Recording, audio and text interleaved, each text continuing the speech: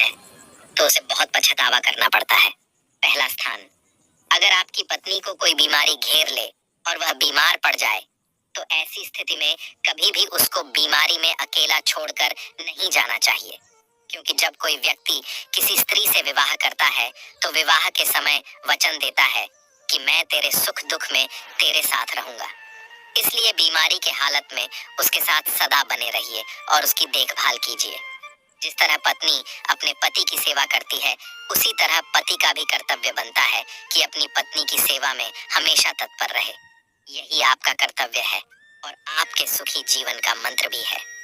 दूसरा स्थान, अगर आपकी पत्नी निर्दोष है और कोई उस पर झूठा आरोप लगाता है तो ऐसी स्थिति में सदा तुम्हें उसके साथ खड़ा रहना चाहिए, क्योंकि एक लड़की अपने माता पिता का घर इसी आस में छोड़कर आती है कि उसका पति उसकी भावनाओं को समझेगा और हर स्थिति में उसका साथ देगा।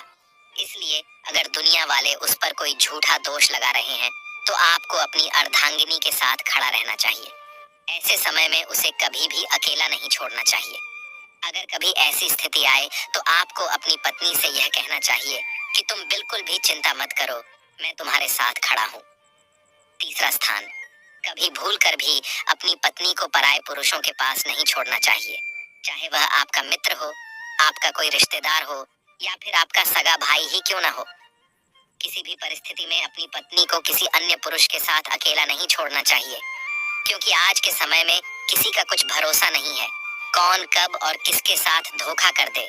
इसलिए कभी भी भूल कर भी अपनी पत्नी को किसी पराये पुरुष के साथ अकेला नहीं छोड़ना चाहिए। मित्रों, आशा करते हैं कि आपको हमारा यह सुनाई गई कथा अच्छी लगी हो।